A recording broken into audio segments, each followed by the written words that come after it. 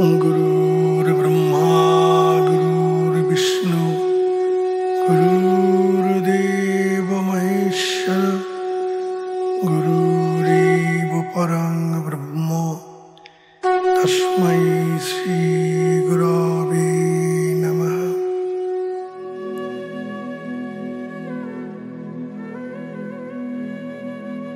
जय गुरु जय गुरु जय योगीराज जय योगीराज। परम করুণাময় গুরুদেবের নামে সরল যোগ সাধন নামক গ্রন্থ থেকে পাঠ শুরু করছি। জয় গুরু।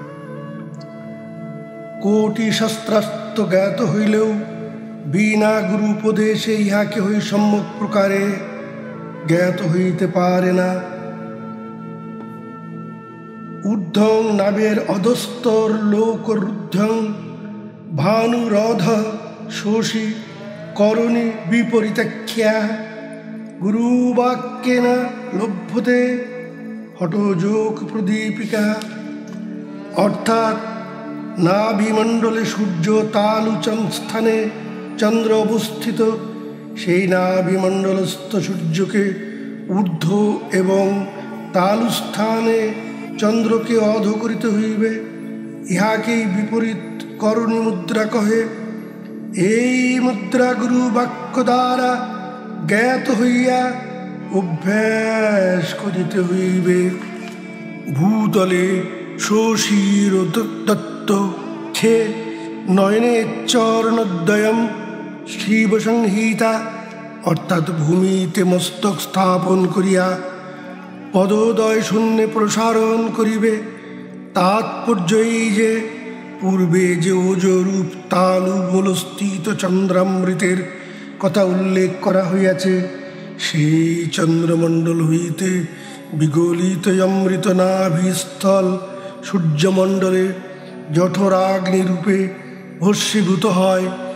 এই বিপরীত করণী মুদ্রা অভ্যাসে চন্দ্রমাও নিম্নে সূর্য ঊর্ধ্বে স্থাপিত হইবে।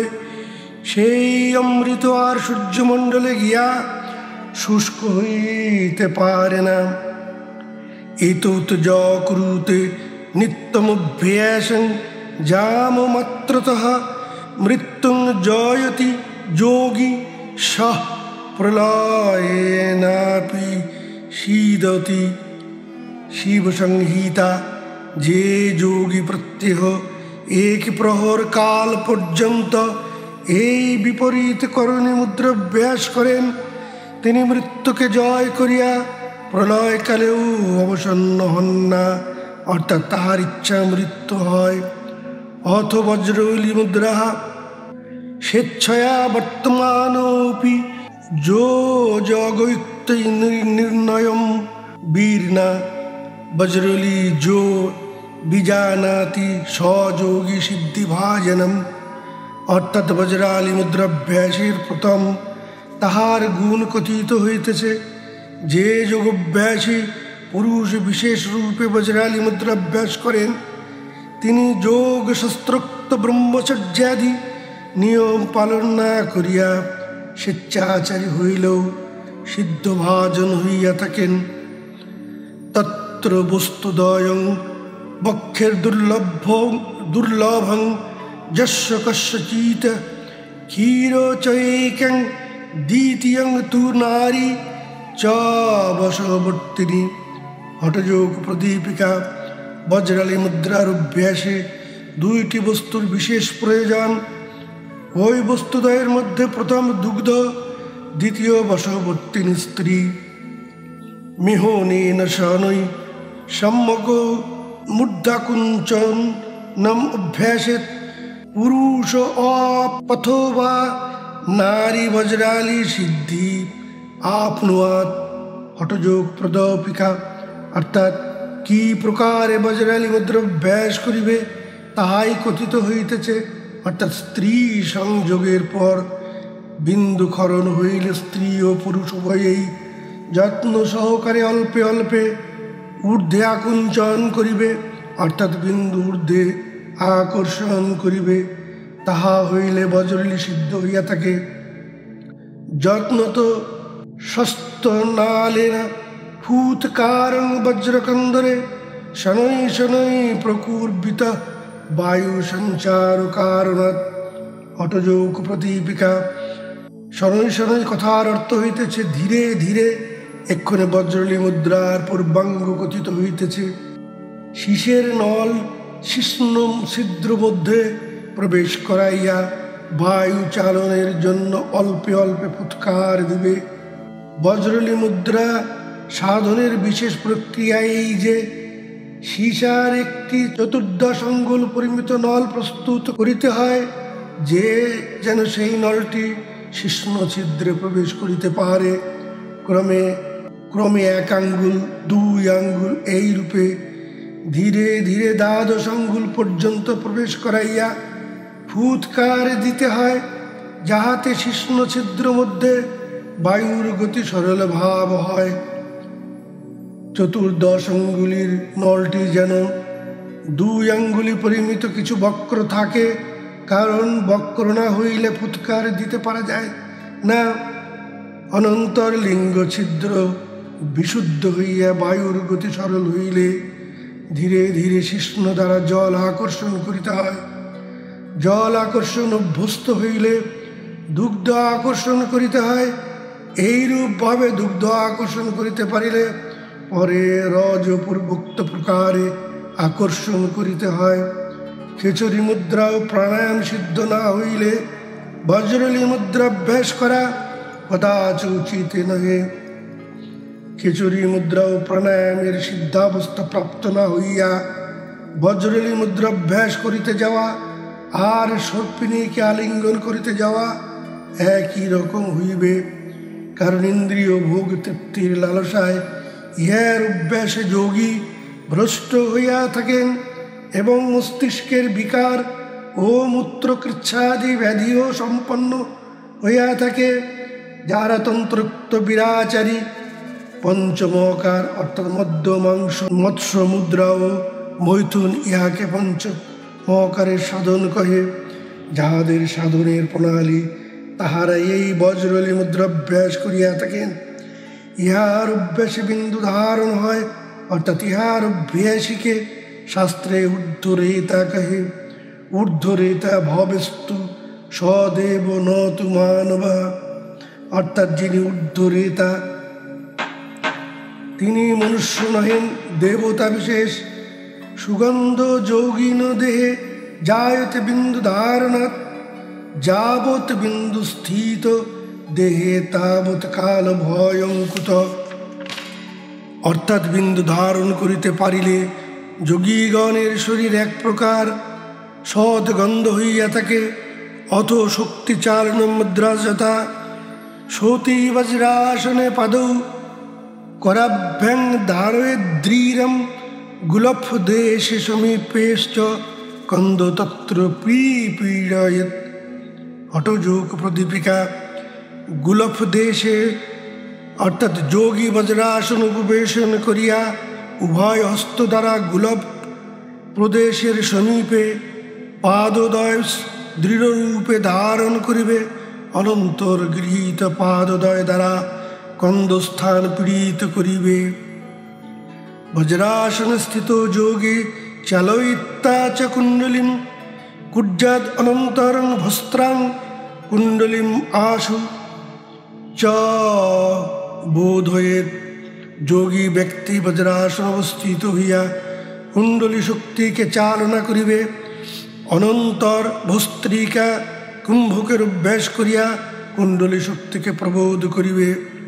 অপান বায়ুর মারুহ বলাদ আকৃষ্ট বুদ্ধিমান শক্তি চালন মুদ্রায়ং সর্বশক্তি প্রদায়িনী। যোগ বীজম। বুদ্ধিমান সাধক সবলে কুণ্ডলিনীকে আকর্ষণ পূর্বক অপান বায়ুতে সমারূঢ় করাইয়া সবলে আকর্ষণ করিবে। ইহাকে শক্তি চালন মুদ্রা কহে। ইহার দ্বারা সর্বশক্তি লাভ হইয়া থাকে। যোগাভ্যাসে সাধন প্রথমে বজ্রাসন উপবেশন করিয়া কন্দস্থান পীড়িত করিয়া ভস্ত্রিকা কুম্ভক অভ্যাস করিবে। ভস্ত্রিকা কুম্ভক অভ্যাসকালে বায়ু যখন রেচক অবস্থায় নাভিস্থানে আঘাত করে, সেই প্রাণের রেচক অবস্থায় অপান বায়ুকে বলপূর্বক ঊর্ধ্বে নাভিস্থানে আকর্ষণ করিতে হয়। এই রূপে প্রাণ ও অপান উভয়কে নাভিস্থানে আনয়ন করিয়া সূর্য অর্থাৎ নাভিমণ্ডল মেরুদণ্ডে আকর্ষণ করিবে। ইহাকে প্রাণাপানের নাভিস্থানে ঐক্য হইয়া থাকে। প্রাণাপান উভয়ের নাভিস্থানে ঐক্য হইলে ইরা পিঙ্গলা নাড়িদ্বয়ের মধ্যে সুষুম্নায় বায়ু প্রবাহিত হয়। সে অবস্থায় ইরা পিঙ্গল প্রাণাপানের পরস্পর কোনো ভিন্নতা থাকে না। তখনই সুষুম্না নাড়িতে বায়ু প্রবাহিত হইয়া থাকে। বায়ুনা জালিত বহ্নির কুণ্ডলিনী মৌনি সঙ্গ দেহত সন্তপ্তা সাগ্নিনা নারী শক্তিস্ত্রৈলোক্য মোহিনী প্রবিশেদ বজ্রদণ্ডে তু সুষুম্না বদনান্তরে। যোগ বীজম বায়ুর দ্বারা বহ্নি প্রজ্বালিত হইলে কুণ্ডলিনী শক্তির সর্বদা দহন হইয়া থাকে। ত্রৈলোক্যে মোহিনী কুণ্ডলিনী শক্তি অগ্নি দ্বারা সন্তপ্তা হইলে বজ্রদণ্ডের ন্যায় সুষুম্না বদনে প্রবিষ্ট হইয়া থাকে। শক্তিচালন মুদ্রার অভ্যাসে গ্রন্থি ত্রয়ের ভেদ হয়। বায়ুনা বহ্নিনা সার্ধং ব্রহ্মগ্রন্থিং ভিনত্তিষা বিষ্ণুগ্রন্থিং তত ভিত্তা রুদ্রগ্রন্থিশ্চ তিষ্ঠতি। যোগ বীজম কুণ্ডলিনী শক্তি বায়ু অগ্নি দ্বারা সন্তপ্তা হইয়া যে অবস্থায় সুষুম্না মার্গে প্রবিষ্ট হয়, সেই সময় মূলাধারস্থিত ব্রহ্মগ্রন্থে ভেদন হইয়া থাকে। ক্রমে ক্রমে কুণ্ডলিনী শক্তি ব্রহ্মমার্গে উত্থিত হইয়া নাভিস্থানে বিষ্ণুগ্রন্থি ভেদন করিয়া কণ্ঠস্থ রুদ্রগ্রন্থিস্থানে কিয়ৎকাল অবস্থান করিয়া থাকে। তথা হি যোগ বীজম সুষুম্নায়া তথোভ্যাসাৎ শতোতং বায়ুনা ভবেৎ রুদ্রগ্রন্থি তত ভিত্তা শৈব জাতি শিবাত্মকং।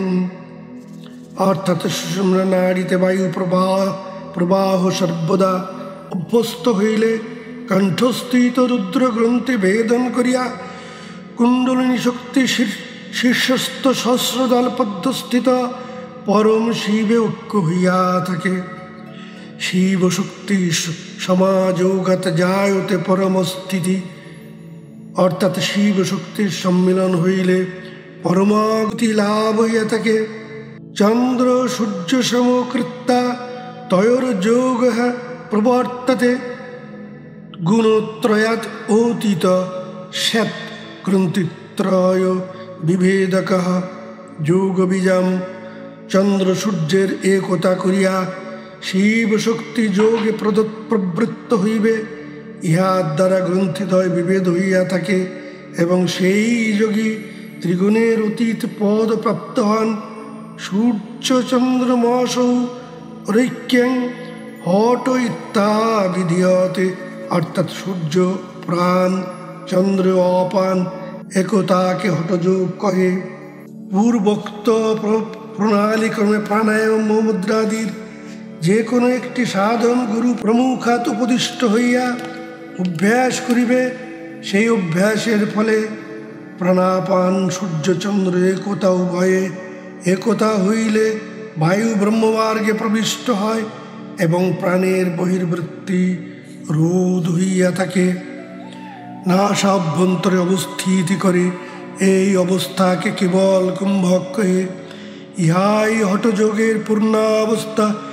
এই রূপে হঠযোগের কেবল কুম্ভক সিদ্ধি হইলে হঠ মন্ত্রযোগ অর্থাৎ আত্মমন্ত্র হংস যাহা পূর্বে উল্লেখ করা হইয়াছে, সেই হংসমন্ত্র আর নাসিকার বহির্দেশে জপ হয় না। উক্ত হংসমন্ত্র তখন সুষুম্না নাড়িতে সোহং ভাবে জপ হয় এবং ইহাই মন্ত্রযোগের সিদ্ধাবস্থা। ইহা ব্যতীত লয় যোগের অভ্যাস যোগীগণ যোনি মুদ্রা নির্দেশ করিয়া গিয়াছেন। এই যোনি মুদ্রার অভ্যাসে নাদ ধ্বনি শ্রুত হইয়া থাকে এবং ওঙ্কারাত্মক নাদ ধ্বনিতেই চিত্ত লয় হইয়া থাকে। অথ যোনি মুদ্রা অপানর্মূর্ধম আকৃষ্য প্রণবেন সমাহিতা বস্তি মধ্যে নিরুদ্ধৈনং প্রাণং তত্রৈব ধারয়েৎ বহ্নিস্থানে নিরুদ্ধৈবং প্রাণং তত্রৈব ধারয়েৎ হস্তাভ্যাং বন্ধয়েৎ সম্মুখ কর্ণাদি কর্ণানি চ অঙ্গুষ্ঠভ্যাম উভে শ্রোত্রে তর্জনীভ্যাং চ চক্ষুষি নাসাপুটৌ চ মধ্যমাভ্যাং প্রচ্ছাদ্য করণী বই। অর্থাৎ প্রণব মন্ত্র মনে মনে স্মরণ করিতে করিতে অপান বায়ু ঊর্ধ্বে আকর্ষণ করিয়া বস্তি মধ্যে উহাকে ধারণ করিবে, অথবা বহ্নিস্থানে অর্থাৎ নাভিমণ্ডলে ধারণ করিবে। অনন্তর উভয় হস্ত দ্বারা ইন্দ্রিয় দ্বার রুদ্ধ করিবে, অঙ্গুষ্ঠদ্বয় দ্বারা কর্ণছিদ্রদ্বয়, তর্জনী দ্বারা উভয় চক্ষু, মধ্যমা দ্বারা নাসাপুট অবরুদ্ধ করিবে। আনন্দং বীর্ভবম যাবত্তন্মূর্তিদ্রি ধারয়েৎ প্রাণ প্রত্যয়নেনৈব ততস্তু আয়ুর্বিঘাতকৃত ব্রহ্মরন্ধ্রে সুষুম্নায়াং মৃণালান্তরন্তন্তুবৎ নাদোৎপত্তি স্তু অনেনৈব শুদ্ধ স্ফটিক সন্নিভং আমূর্ধ বর্ততে নাদবীনদণ্ডম উত্থিতঃ শঙ্খধ্বনি নিবন্তাদ্যৌ মধ্যে মেঘধ্বনির্যতা ভূমরন্ধ্রে গতে বায়ৌ চিত্তে আত্মনি সংস্থিতে যাজ্ঞবল্ক। পূর্বোক্ত প্রকারে ইন্দ্রিয় দ্বার সকল রুদ্ধ করিয়া যাবৎ আনন্দের আবির্ভাব না হয় তাবৎ চিত্তকে মূর্ধনি স্থানে ধারণ করিবে। এই প্রক্রিয়া দ্বারা জীবের আয়ু বিনাশক প্রাণবায়ু মৃণালের মধ্যগত সূক্ষ্মতন্তুর ন্যায় ব্রহ্মরন্ধ্রে সুষুম্না নাড়িতে প্রবেশ করিয়া থাকে। প্রাণবায়ু ব্রহ্মরন্ধ্রে প্রবিষ্ট হইলে প্রস্ফুটিত সদৃশ নাদের উৎপত্তি হইয়া থাকে। উক্ত নাদ মীনাদণ্ডের ন্যায় উত্থিত হইয়া শির প্রদেশে পর্যন্ত বিস্তৃত হইয়া থাকে। যোনি মুদ্রাভ্যাসে প্রথমে শঙ্খনাদের ন্যায়, মধ্যাবস্থায় মেঘগর্জনবৎ এবং ব্রহ্মরন্ধ্রে প্রাণবায়ু উত্থিত হইলে পর্বতের নির্ঝরের শব্দের ন্যায় শ্রুত হইয়া থাকে। প্রাণবায়ু ব্রহ্মরন্ধ্রে গমন করিলে এবং চিত্ত আত্মায় সংস্থিত হইলে জীবের প্রাণ জয় হইয়া পরমানন্দ লাভ হইয়া থাকে। এই রূপে দেহস্থ নবছিদ্র রোধ করিয়া যোনি মুদ্রায় অভ্যাস করিলে চিত্তক্রমে নাদ ধ্বনিতে লয় প্রাপ্ত হইয়া থাকে এবং চিত্তের এই লয় অবস্থাকে লয় যোগ কহে। যোনি মুদ্রা ব্যতীত লয় যোগের অন্য একটি উপায় আছে, তাহাকে শাস্ত্রে সাম্ভবী মুদ্রা কহে। সাম্ভবী মুদ্রা অভ্যাসের পূর্বে ত্রাটিক অভ্যাস করিবে। লয় লয়াহ ইতি প্রাহু কিদৃশং লয় লক্ষণম অপুনর্বাসনোত্থানালয় বিষয় বিস্মৃতি। লয় লয় এই কথা বলিলেই বলিয়া থাকেন, কিন্তু লয়ের লক্ষণ কিরূপ? এইরূপ প্রশ্নের লয়ের লক্ষণ এই যে সম্পূর্ণরূপে অর্থাৎ পুনর্বার উৎপন্ন হইতে না পারে। এইভাবে বাসনার নিবৃত্তি হইলে ইন্দ্রিয়ের বিষয়সমূহ বিস্মৃত হইয়া অন্তঃকরণে ধ্যেয় আকারে পরিণত হয়। ইহাকেই লয় অবস্থা কহে। বেদ শাস্ত্র পুরাণানি সামান্য গণিকা ইব একৈব সম্ভবী মুদ্রা গুপ্তা কুলবধূরিব। চতুর্বেদ ষড়বিধ দর্শন শাস্ত্র এবং অষ্টাদশ পুরাণাদি এই সকল সামান্য গণিকার নেয়, পরন্তু একমাত্র সম্ভবী মুদ্রা কুলবধূর ন্যায় গুপ্তা। ভাগ্যবান ব্যক্তি গুরু কৃপায় এই সম্ভবী বিদ্যা জ্ঞাত হইয়া আনন্দ উপভোগ করেন। অন্তর্লক্ষং বহির্দৃষ্টিং নিমেষোন্মেষ বর্জিতা এষা সম্ভবী মুদ্রা বেদশাস্ত্রেষু গোপিতা। অন্তর্লক্ষ বিলীন চ চিত্ত পবন যোগী যদা বর্ততে দৃষ্টা নিশ্চল তারয়া বহিরধ পশ্চাৎ ন ঔপি মুদ্রিয়ং খলু সম্ভবী ভবতি সা লব্ধা প্রসাদাৎ গুরুঃ। শূন্য বিলক্ষণং স্ফুরিত তত্ত্বং পরং সম্ভাবম হঠযোগ। অন্তরে লক্ষ্য স্থির রাখিয়া এবং বাহ্য চক্ষু উন্মেষ বর্জিত হইয়া দৃষ্টি স্থির করাকে সম্ভবী মুদ্রা কহে। এই সম্ভবী মুদ্রা বেদাদি সর্বশাস্ত্রে গোপনীয় সম্ভবী মুদ্রা অভ্যাস করিলে ইষ্টমূর্তিতে অথবা কুটস্থ জ্যোতিতে লক্ষ্য স্থির হয় এবং তৎসহ বায়ু চিত্ত স্থির করিয়া যোগীগণ অবস্থান করেন। বাহ্য অধোদিকে অর্থাৎ নাসাগ্রে নয়নের তারা নিশ্চল হইয়া হওয়া অবশত চক্ষু দেখিয়াও কিছু দেখে না, অর্থাৎ চক্ষের সম্মুখে কোনো বস্তু থাকিলেও তাহা দৃষ্টিগোচর হয় না, ইহাকেই সম্ভবী মুদ্রা কহে। গুরু কৃপায় এই মুদ্রা লাভ করিয়া যোগীজনের অন্তরে শূন্যাশূন্য বিলক্ষণ এক অনির্বচনীয় পরম কৈবল্য তত্ত্ব স্ফুরণ হইতে থাকে। নেত্রে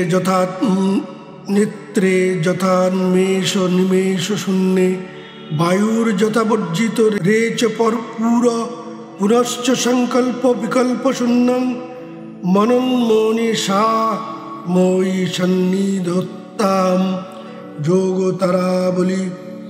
যাহার প্রভাবে চক্ষুদায় উন্মেষ নিমেষ শূন্য হয়, যাহার প্রাপ্তিতে বায়ুর রেচক পুরো কার্য নিরস্ত হয়, যাহার আবির্ভাবে মনের সংকল্প বিকল্প ভাবে তিরোহিত হয়, মনের উন্মনকারী সেই সম্বিত শক্তি আমাতে প্রতিভাত হউন।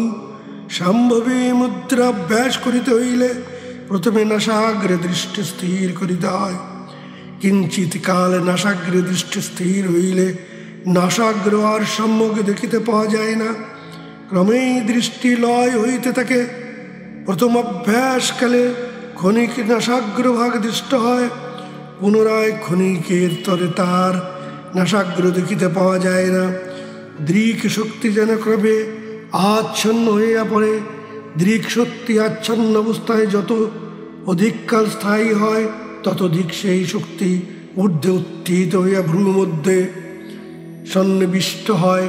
পরে গুরু কৃপায় ভ্রু মধ্যে প্রত্যক্ষ আত্মজ্যোতি সাক্ষাৎকার হইয়া থাকে। সাধক স্বকীয় অভ্যাসে দৃক শক্তিকে নাসাগ্রে হইতে ঊর্ধ্বে আনয়ন করিতে থাকেন, কিন্তু গুরু ব্যতীত দ্বার উন্মোচন করিবার কাহার সামর্থ্য নাই। সেই জন্য গুরু কৃপা না হইলে সকল অভ্যাসী বৃথা পণ্ডশ্রম হইয়া থাকে। দৃক শক্তি যেরূপ নাসাগ্রভাগ হইতে ধীরে ধীরে ঊর্ধ্বে উত্থিত হইয়া ভ্রু মধ্যে স্থির হয়, প্রাণ বায়ু তৎসহ রেচক পুরক বৃত্তি ত্যাগ করিয়া সততই ধীরে ধীরে ঊর্ধ্বে ভ্রু মধ্যে সন্নিবেশিত হয় এবং সঙ্গে সঙ্গে মন সংকল্প বিকল্প শূন্য হইয়া থাকে। এই সম্ভবী মুদ্রা অভ্যাসের সময় প্রাণের প্রতি কোনো লক্ষ্য রাখিতে হয় না, বরং পরং প্রাণের প্রতি লক্ষ্য রাখিলে দৃক শক্তি লয়ের বিঘ্ন হইয়া থাকে। দৃক শক্তি ঊর্ধ্বে লয় হইলে নেত্রদ্বয় ঊর্ধ্ব নিমিলিত হইয়া নয়নের মণিদ্বয় সৎ ঊর্ধ্বে উত্থিত হয়, ইহাকেই শিব নেত্র কহে। স্বয়ং মহাদেব এই সম্বিত শক্তিকে ধারণ করিয়াছেন বলিয়া ইহার নাম শাম্ভবী।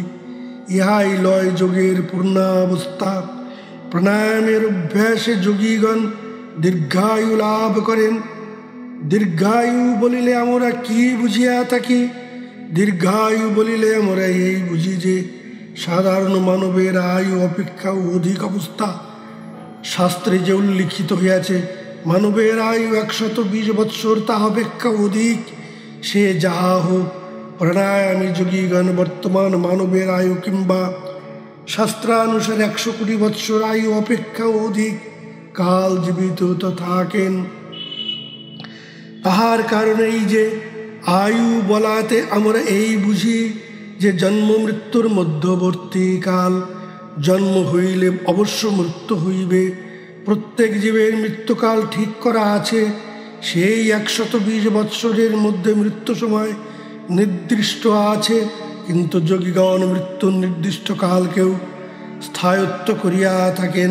প্রাণায়ামের অভ্যাসে তাহাদের ইচ্ছা মৃত্যু হয়, অর্থাৎ যখন প্রাণায়াম সিদ্ধি যোগীর ইচ্ছা মৃত্যু হয় তখন তাহাদের জন্ম যে ইচ্ছাধীন, ইহা জানিতে হইবে। মানবের আয়ু 4 ভাগে বিভক্ত: বাল্য, যৌবন, বৃদ্ধ, অবশেষে মৃত্যু। তন্মাস্তা হইতে যৌবনের প্রারম্ভ পর্যন্ত বাল্যকাল, বাল্যকালের শেষ হইতে বৃদ্ধাবস্থার প্রারম্ভ পর্যন্ত যুবাবস্থা, যৌবনের সমাপ্তি হইতে মৃত্যুর ঠিক পূর্বকাল পর্যন্ত বৃদ্ধকাল এবং বৃদ্ধকালের সমাপ্তি ও মৃত্যুর সময় প্রাণবায়ুর শরীরে হইতে বেশ শেষ নির্গমন কাল পর্যন্ত মৃত্যুকাল বলিয়া থাকি। মানব জীবনের এই 4 প্রকার বিভাগ বলিবার তাৎপর্য এই যে একটি দীর্ঘকালের মধ্যে স্বল্পকালের অনেক ব্যবধান থাকে। মনে করুন কোনো ব্যক্তির 60 বৎসর পরিমিত আয়ু। 60 বৎসর কালের মধ্যে স্বল্পকালের ব্যবধান যুক্ত 720 মাস আছে। 720 মাস বলিলে যে সময় বুঝায়, আর 60 বৎসর বলিলেও সেই একই সময় বুঝাইয়া থাকে। এই রূপে 720 মাসের কত দিন হয় তা আমরা অনায়াসে নিশ্চয় করিতে পারি। 720 মাসে 21,900 দিবস হয়। আবার 21,900 দিবসের কত ঘন্টা তাহা জ্ঞাত হওয়া যায়। 21,900 দিবসে 5,25,600 ঘন্টা হয়। এই রূপে উক্ত সংখ্যক ঘন্টা 315,36,000 মিনিট হয়, অর্থাৎ 315,36,000 মিনিট। আর 60 বৎসর একই কথা হইল। পূর্বে উল্লেখ করা হইয়াছে যে অহোরাত্রে 21,600 শ্বাস প্রশ্বাসের সংখ্যা। অহোরাত্রে 21,600 শ্বাস প্রশ্বাস হইলে প্রতি মিনিটে 15টি শ্বাস প্রশ্বাস গ্রহণ করা হয়। ইহার দ্বারা বুঝিতে পারা যায় যে সেই ব্যক্তি 60 বৎসরে 47,30,40,000 সংখ্যক শ্বাস গ্রহণ করিবে। পূর্বোক্ত শ্বাস সংখ্যা পূর্ণ হইলে তাহার মৃত্যু হইবে। কিন্তু যদি সেই ব্যক্তি প্রাণায়ামের অভ্যাসে শ্বাস প্রশ্বাসের সংখ্যা 1 মিনিটে 15টি অপেক্ষা ন্যূন করে, অর্থাৎ মিনিটে যদি 10 বার শ্বাস প্রশ্বাস গ্রহণ করে, তবে প্রতি মিনিটে 5টি শ্বাস সঞ্চয় করিলে তবেই অবশিষ্ট 5টি শ্বাস প্রবাহে যে সময়ের প্রয়োজন হয় সেই সময়টি সে ব্যক্তি সঞ্চয় করিবে। যদি 1 মিনিটে 15টি শ্বাস হয়, তাহা হইলে 5টি শ্বাস প্রবাহ হইতে 20 সেকেন্ড সময় লাগে, অর্থাৎ 60 সেকেন্ডে 20 সেকেন্ড সময় সঞ্চয় করিলাম। সঞ্চয় করা ইহার তাৎপর্য এই যে সাধারণ ব্যক্তির নিকট যাহা 1 মিনিট সময়, প্রাণায়াম অভ্যাসীর নিকট তাহা 40 সেকেন্ড সময়। এই রূপে যদি 1 মিনিটে 20 সেকেন্ড সঞ্চয় হয়, তবে 1 বৎসরে 1/3 বা 4 মাস কাল আয়ু সঞ্চয় হইবে। 1 বৎসরে অন্যান্য মানবের তুলনায় যোগীর পক্ষে 8 মাস কালী আয়ু ভোগ হইল। সে ব্যক্তি যদি 20 বৎসর বয়ক্রম হইতে 7 শ্বাস সঞ্চয় করিতে আরম্ভ করে, তবে সেই ব্যক্তি 1/3 অর্থাৎ 13 বৎসর 4 মাস কাল আয়ু সঞ্চয় করিয়া আছে। সংসারী ব্যক্তির 73 বৎসর 4 মাস অতীত হইলে, কিন্তু যোগী ব্যক্তির নির্দিষ্ট 60 বৎসর কাল ভোগ হইল। এই যে 13 বৎসর 4 মাস অধিক ভোগ হইল, ইহাই যোগীদিগের জীবন মুক্তকাল, এবং এই প্রণালীতে যোগীর আয়ু বৃদ্ধি হয়। এইরূপ আয়ু বৃদ্ধি করাকে রাজযোগীগণ কাল বঞ্চনা বলিয়া থাকেন। সর্বে হট লয় পা উপায় রাজযোগ্য সিদ্ধয়ে রাজযোগ সমারূঢ় পুরুষ কালবঞ্চক। সর্বপ্রকার হটোপায় অর্থাৎ আসন, প্রাণায়াম, মুদ্রায় আদি এবং লয়োপায়, যোনি মুদ্রায়, নাদানুসন্ধান, সাম্যবী মুদ্রা, বিন্দু আত্মজ্যোতিতে লয় সমুদায় মনের সর্বপ্রকার বৃত্তি নিরোধরূপ রাজযোগ সিদ্ধির নিমিত্ত কথিত হইয়াছে। রাজযোগে আরূঢ় মহাযোগী কাল বঞ্চনা করিতে পারেন, অর্থাৎ তাহার ইচ্ছা মৃত্যু হয়। প্রাণায়াম অভ্যাস দ্বারা চিত্ত স্থির হইয়া লয়াবস্থা প্রাপ্ত হয়। দুগ্ধাম্বুবৎ সম্মিলিতাবুভৌ তৌ তুল্য ক্রিয়ৌ মানস মারুত হি যত মরুত তত্র মনঃ প্রবৃত্তির্যো তো মনস্তত্র মরুত প্রবৃত্তি। হঠযোগ প্রদীপিকা। দুগ্ধ যেরূপ জলের সহিত মিশ্রিত হইয়া থাকে, সেইরূপ প্রাণ মন একত্রে অবস্থান করে, অর্থাৎ প্রাণের গতি যে স্থান হয়, মন সেই স্থানে অবস্থান করে, এবং মনের যে স্থানে প্রবৃত্তি হয়, সেই স্থানে প্রাণের অবস্থিতি হয়। বশিষ্ঠদেব শ্রীরামচন্দ্রকে বলিয়াছেন, অবিনা ভাবি নিমিত্তং জন্তুনাং প্রাণ চেতসী কুসুমামোদ বন্বত্তি মিশ্রে তিল তৈলেইবাবস্থিতে। প্রাণীগণের প্রাণ চিত্ত ইহারা অবিনাভাব সম্বন্ধশালী, অর্থাৎ ইহাদের মধ্যে একটি যে স্থানে অবস্থান করে, অন্যটিও সেই স্থানে অবস্থান করিয়া থাকে। একটির অভাব হইলে অপরটির অভাব হয়। পুষ্প, গন্ধ, তিল, তৈল ইহাদের একের বিদ্যমানতায় অপরের বিদ্যমানতা, এবং একের অভাবে অপরের অভাব। প্রাণ মনে ঠিক সেই রূপ সম্বন্ধ। তত্রই এক নাদ পরস্য নাশ, এক প্রবৃত্তের পর প্রবৃত্তি।